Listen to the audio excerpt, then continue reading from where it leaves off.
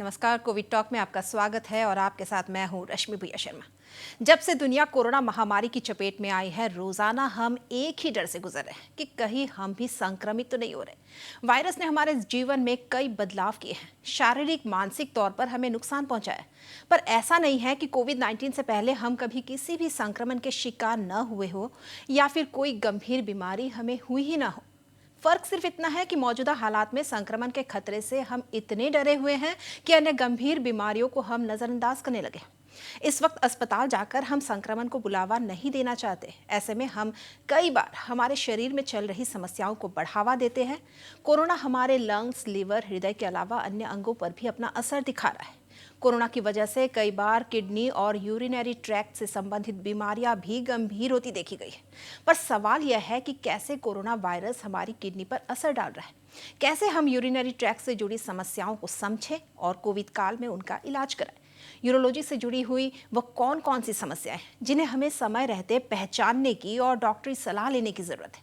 इन सभी पहलुओं पर बात करने के लिए आज हमारे साथ कोविड टॉक में मौजूद है जीएमसीएच सुपर स्पेशलिटी अस्पताल के एडमिन हेड और यूरोलॉजी विभाग के HOD doctor Shashank Kumar Barua. Doctor Shashank Barua, बहुत बहुत स्वागत है आपका कोविड टॉक में।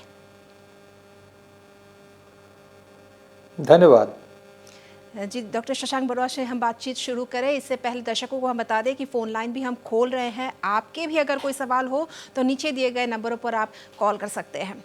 तो डॉक्टर शशांक बरुआ, हम सवालों की शुरुआत करते हैं। पहला सवाल हमारा आपसे यही है कि कोविड-19 के आप किस तरह के यूरोलॉजिकल इफेक्ट्स देखने को मिल रहे हैं, किस तरह के पेशेंट्स आप तक पहुँच रहे हैं?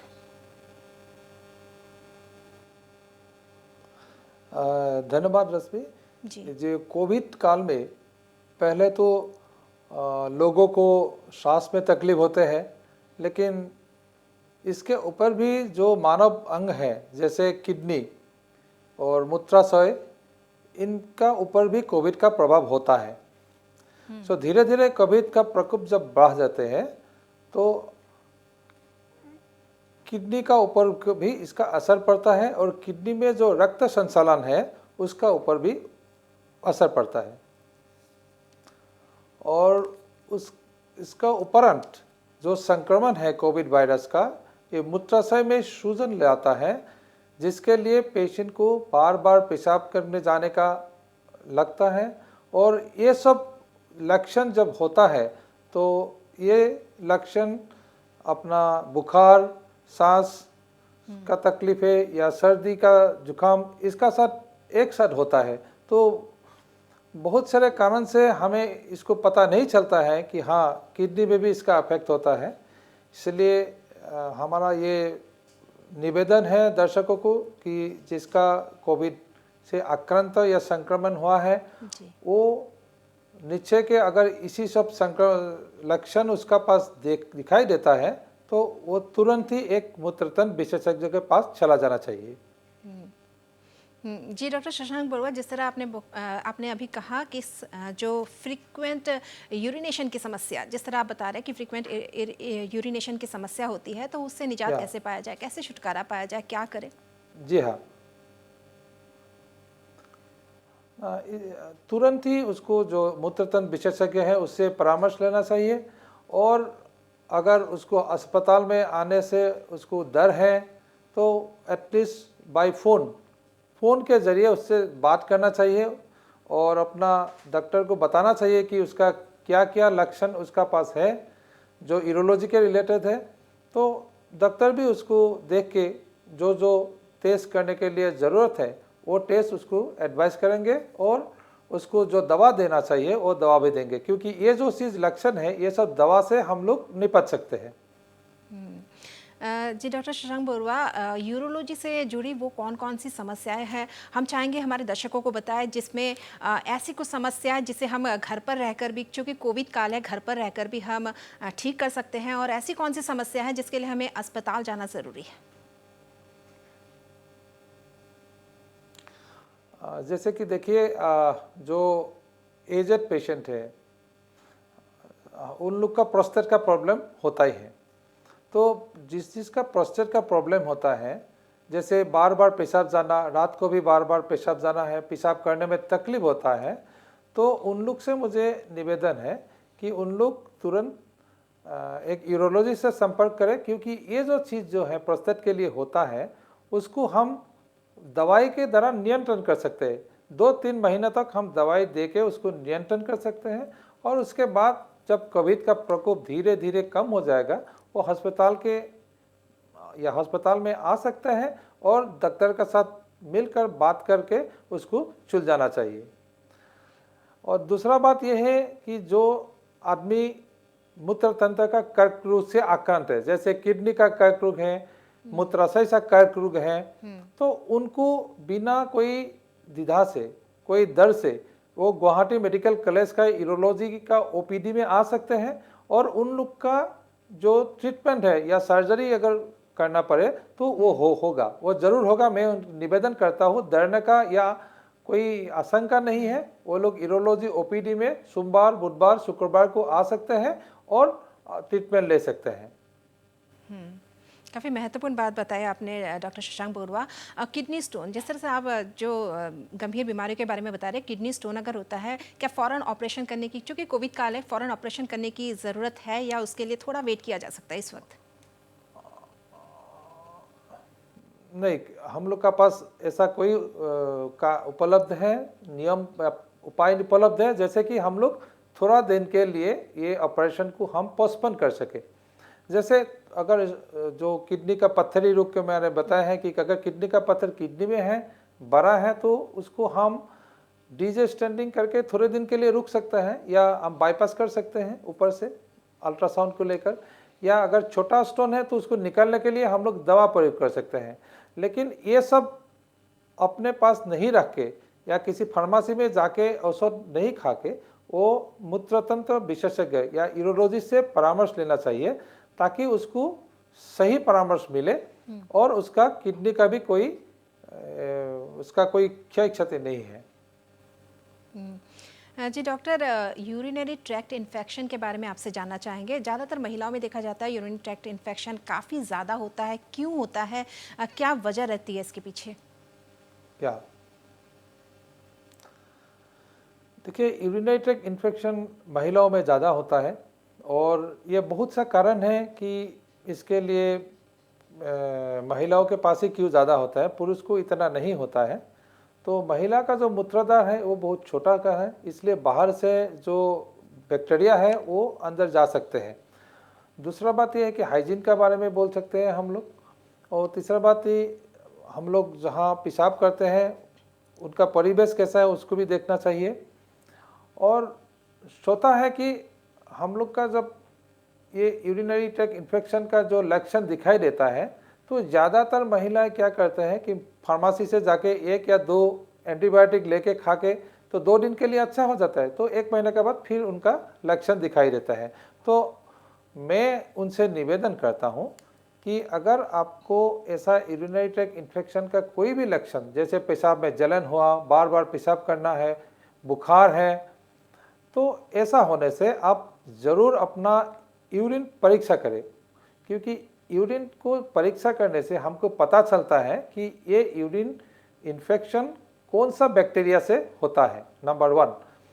2 नंबर कारण यह आता है कि कौन सा एंटीबायोटिक सबसे अच्छा से काम करेगा, और नंबर 3 वो एंटीबायोटिक हम लोग चूज करता है जो दाम भी कम है और लेकिन यूरिनरी ट्रैक्ट में उसका कॉन्सेंट्रेशन भी ज़्यादा है। सो ये सब करने के लिए उसको एक मूत्रतंत्र विशेषज्ञ के पास जाना चाहिए।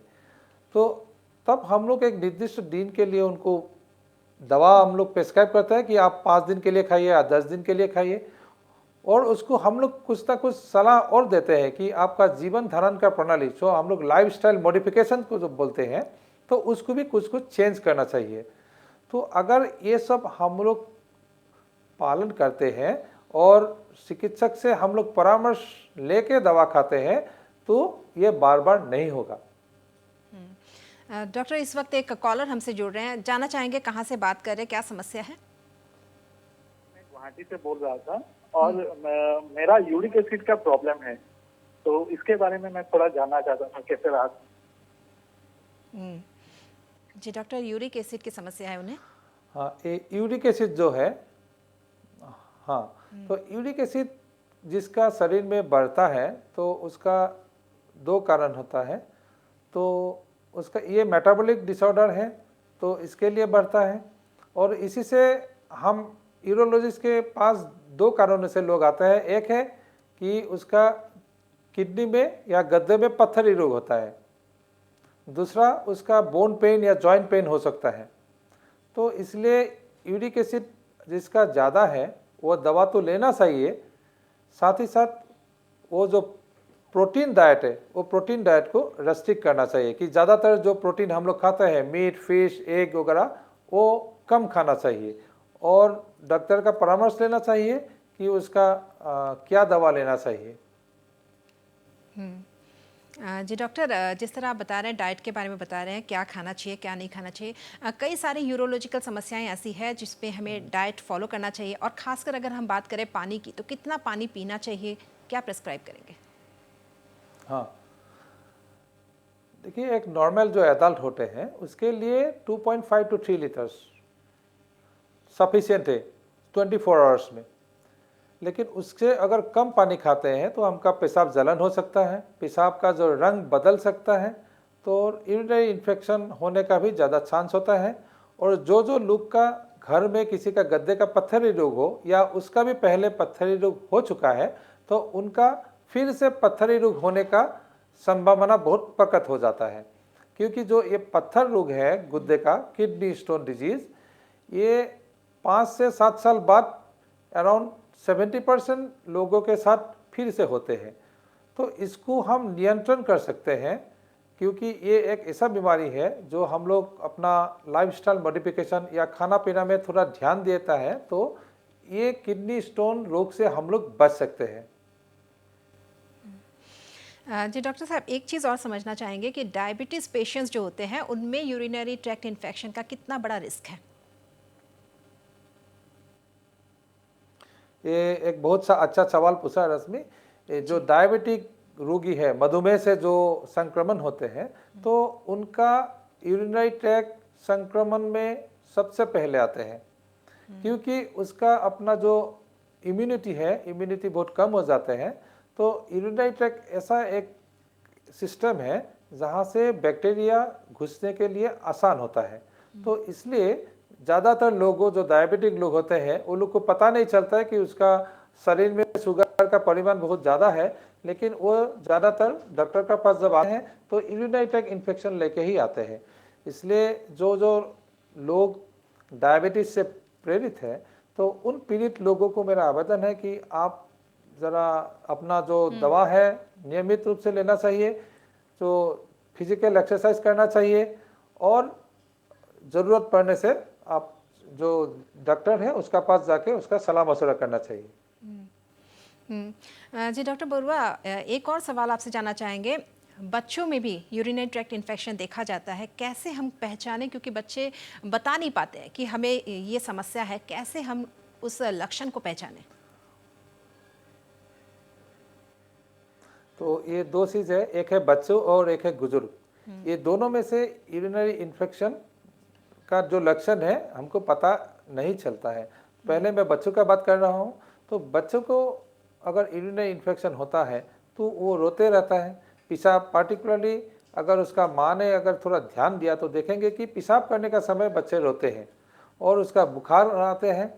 और ज़्यादातर जो लड़का है उसका पेशाब जो नल है, उसका पेशाब नल में भी कुछ न कुछ वो लोग इचिंग प्रॉब्लम होता है।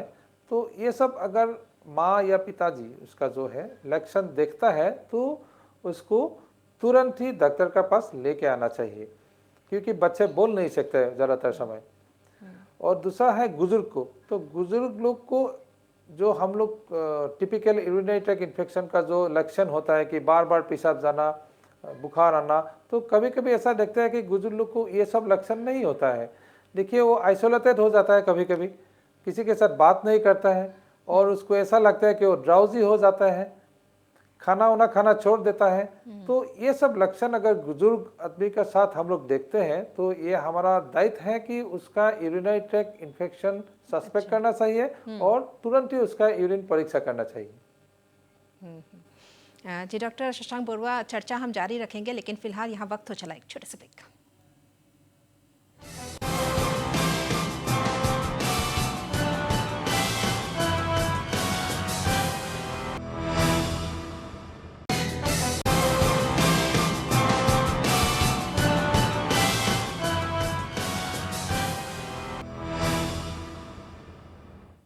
फिर से स्वागत है आपका कोविड टॉक में। और आज हम चर्चा कर रहे हैं कोविड-19 और यूरोलॉजी की समस्याओं पर। और आज हमारे शो में मौजूद है डॉक्टर शशांक बरुआ।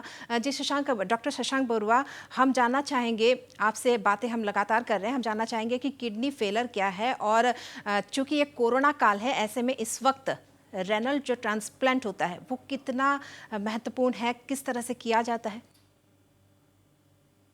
क्या वो सेफ है? जी हाँ, किडनी फेलर जो है ये बहुत सी कारण से होता है। हम अगर देखें तो इस कारण समूह से एक नंबर में आता है मधुमेह रोग, जो हम लोग डायबिटीज़ कहते हैं। दूसरा रोग, जो लोग हाई ब्लड प्रेशर से पीड़ित है। तीसरे, किडनी का बहुत सारा बीमारी है, उसी से भी हो सकता है। और जो लोग ज़्यादातर पेन किलर्स कंज्यूम करते हैं और वो ओवर द काउंटर फार्मेसी से लेके वो पेन किलर बहुत दिन तक खाते रहते हैं, तो उनका भी किडनी फेलर होने का कारण होता है।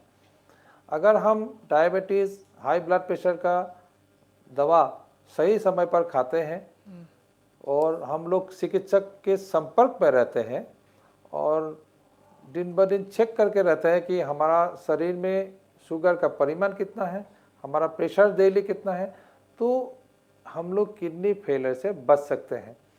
किडनी फेलर का एक ही समाधान है, वो है किडनी ट्रांसप्लांटेशन। लेकिन ये कोविड काल में ऐसे हुआ है कि चारों तरफ एक ऐसा परिस्थिति पैदा हो गया कि लोग हॉस्पिटल आने से डरते हैं और लोग घर में रह सकते हैं। और ऐसा दिखाई जाता है कि जो लोग किडनी फेलर हैं उन लोग कोविड से ज़्यादातर संक्रमण हुआ दिखाई दे रहा है। लेकिन फिर भी इसका जो ट्रीटमेंट है, जो टेम्पोररी ट्रीटमेंट हम लोग डायलिसिस से करते हैं, वो जारी है। गुवाहाटी मेडिकल कॉलेज का दोनों जो कोविड हॉस्पिटल हैं, एक है इमरजेंसी कोविड हॉस्पिटल, एक है सुपर स्पेशलिटी, दोनों में जो लोग कोविड से आक्रांत हैं और किडनी फेलर है, इन लोगों का डायलिसिस दिन रात जारी है। तो बहुत से लोग इधर से अच्छा होके घर चला गए हैं और वो लोग नियमित रूप से डायलिसिस कर रहे हैं। जो ट्रांसप्लांट की बात है, अभी जो सुपर स्पेशलिटी हॉस्पिटल है उसमें यूरोलॉजी डिपार्टमेंट है जहां हम लोग ट्रांसप्लांट करते हैं। लेकिन अभी फिलहाल ये सारा हॉस्पिटल एक कोविड हॉस्पिटल में रूपांतर किया गया है, तो इसलिए लास्ट 2 महीने से इधर किडनी ट्रांसप्लांट हम लोग कर नहीं पा रहे हैं। लेकिन हम लोग ये भी साथ साथ निश्चय करते हैं कि जो लोग को किडनी ट्रांसप्लांट चाहिए उन लोग को डायलिसिस हो, उन लोग का, वो लोग सेफ रहे। और जब से हमारा ये सुपर स्पेशलिटी हॉस्पिटल फिर से काम करने शुरू करेंगे, ये बाकी जो विभाग है उन urology, nephrology, neurology, neurosurgery, gastroenterology, paediatric surgery, ये सारों 6 विभाग जब से हम फिर काम करने लगेंगे तो हम फिर किडनी ट्रांसप्लांट भी शुरू करेंगे। क्योंकि हम लोग ये हॉस्पिटल ओपन किया गया था जनवरी 1 तारीख से, तो 3 महीने में हम लोग 3 तो ट्रांसप्लांट कर चुके थे। तो इसलिए जब सेफ होगा पेशेंट के लिए, जब सेफ होगा तब हम लोग ज़रूर ये किडनी ट्रांसप्लांट का प्रोग्राम फिर से शुरू करेंगे।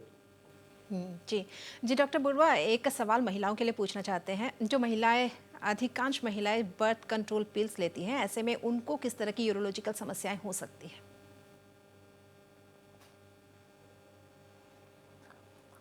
देखिए, ये जो बर्थ कंट्रोल पिल लेती हैं और इनका कभी कभी इम्यूनिटी थोड़ा कम हो जा सकते हैं, तो इनका यूरिनरी इन्फेक्शन होने का चांस ज़्यादा रहता है। और दूसरा कि इसका प्रभाव यूरेथ्रा में भी होता है और कभी कभी वो पेशाब का जलन या पेशाब करने में कभी कभी तकलीफ होता है। लेकिन ज़्यादातर ये संभाल लेती है, लेकिन जिसका ज़्यादा होता है तो उसको हमारा पास आना चाहिए और हम लोग सलाह देंगे, और अगर दवा का ज़रूरत है तो दवा देके उसको हम लोग निपट सकते हैं। जी डॉक्टर, कहीं ना कहीं क्या आपको ऐसा लगता है कि जो आजकल की जो हमारी जो जीवन शैली है, जो हमारा लाइफस्टाइल है, उसका भी कुछ ना कुछ असर पड़ रहा है जिस तरह से समस्याएं सामने आ रही है? देखिए, आजकल का जितना समस्या है उसका सबसे ज़्यादा असर हमारा शरीर में पड़ता है, क्योंकि हम लोग का लाइफस्टाइल जो है वो हम लोग बदल नहीं सक रहे हैं। हम लोग का लाइफस्टाइल ऐसा हो गया कि फर्स्ट कि हम लोग को हर समय एक टेंशन, स्ट्रेस या एंजाइटी में रहता है। हर आदमी, वो एक जर्नलिस्ट हो, वो एक डॉक्टर हो, इंजीनियर हो, पॉलिटिशियन हो, सबका। दूसरा बात यह है कि हम लोग खाने का जो चीज़ हम लोग खाते हैं, तो वो भी हम लोग स्वास्थ्यकर नहीं होता है। कभी कभी हम लोग जंक फूड ज़्यादा खा लेते हैं, तो फ्रूट्स, वेजिटेबल, ये सब भी सेफ नहीं है। और हम लोग जो एक्सरसाइज करना चाहिए, डेली जो एक्सरसाइज करना चाहिए, जैसे वॉकिंग या running, any form of exercise, so these are causing lot of issues over our health। इसका बुरी असर हमारा स्वास्थ्य में जरूर होता है। तो इसीलिए ज़्यादातर जो डिजीज है, जैसे मधुमेह, उच्च रक्तचाप, किडनी फेलर या ओबेसिटी या जो non alcoholic fatty liver disease, ये सब लाइफस्टाइल डिजीज है। अगर हम लोग लाइफस्टाइल मॉडिफाई कर सकते हैं तो जरूर हम लोग इससे निपट सकेंगे। जी डॉक्टर साहब, इस वक्त एक कॉलर हमसे जुड़ रहे हैं। जी, जानना चाहेंगे कहाँ से बात कर रहे हैं और क्या पूछना चाहते हैं आप डॉक्टर से? जी नमस्कार, मैं शिलोंग से बोल रही हूँ। जी, मेरी माँ जो है वो 65 एज हो गई है जी। उन्हें ना बहुत साल से, करीबन 5-6 साल हो गया, उनको ये प्रॉब्लम हो रहा है ना कि वो दवा ले तो उनको पेशाब क्लियर होता है, अगर दवा ना ले तो उन्हें पेशाब ज्यादा क्लियर नहीं होता है। इनमें बहुत कम बार जाती है। और जो कहते हैं वो नीचे जो पेट का साइड होता है नीचे, उन्हें बहुत भारीपन महसूस होता है। जब हमने एक बार अल्ट्रासाउंड वगैरह भी किया तो वो तो रिपोर्ट तो ठीक ही है बोला, तो हम क्या करें सर? देखिए ये जो लक्षण आपने बताया है अपने माँ की, आपका माँ का उम्र 65 ईयर्स है। तो ज़्यादातर महिलाएं जो मेनोपॉज, पोस्ट मोनोपोजल हम लोग बोलते हैं, तो उनका पेशाबदार जो यूरेथ्रा वो चिपक जाते हैं। ये एक एज रिलेटेड चेंज है और हार्मोन का भी इसका प्रभाव होते हैं। हम लोग हर समय ये 5-6 साल हो जाता है कि सब लोग समझते हैं कि ये यूटीआई है, एंटीबायोटिक खाते हैं तो थोड़ा बहुत रिलीफ पाते हैं, या दूसरा कुछ दवा खाते हैं या कुछ साइट्रोल वगैरह खाते हैं तो रिलीफ पाते हैं। लेकिन अल्ट्रासाउंड भी करते हैं तो अल्ट्रासाउंड भी नॉर्मल होता है। तो आपको एक यूरोलॉजिस्ट से कंसल्ट करना चाहिए, क्योंकि आपका मूत्रदर का अगर इंडोस्कोपी किया जाए तो जरूर पता चलेगा कि उसमें कुछ ना कुछ है। और ज़्यादातर लोगों, 90% cases we have seen this is because of stricture in the urethra of ageing female. तो मैं आपसे निवेदन करूंगा कि आप गुवाहाटी आए, हमसे संपर्क करें, आपका माँ का जरूर समस्या समाधान हो जाएगा। जी, बहुत बहुत धन्यवाद डॉक्टर शशांक बरुआ हमसे जुड़ने के लिए, और जो आपने कीमती वक्त हमें दिया। शो समाप्त करने का हमारा समय हो गया है, तो उम्मीद है आज की इस चर्चा से आपको काफ़ी कुछ समझ में आया होगा। बस हमें यह नहीं भूलना है कि कोरोना काल में अन्य बीमारियां भी जो है वो गंभीर हो सकती है, जिनका समय पर इलाज होना बहुत ज़रूरी है। ख्याल बस इतना रखना है कि जब भी हम अस्पताल जाए तो कोविड प्रोटोकॉल का पालन अच्छे से करें। अगले एपिसोड में फिर मुलाकात होगी, तब तक अपना ख्याल रखिए और सुरक्षित रहिए। धन्यवाद।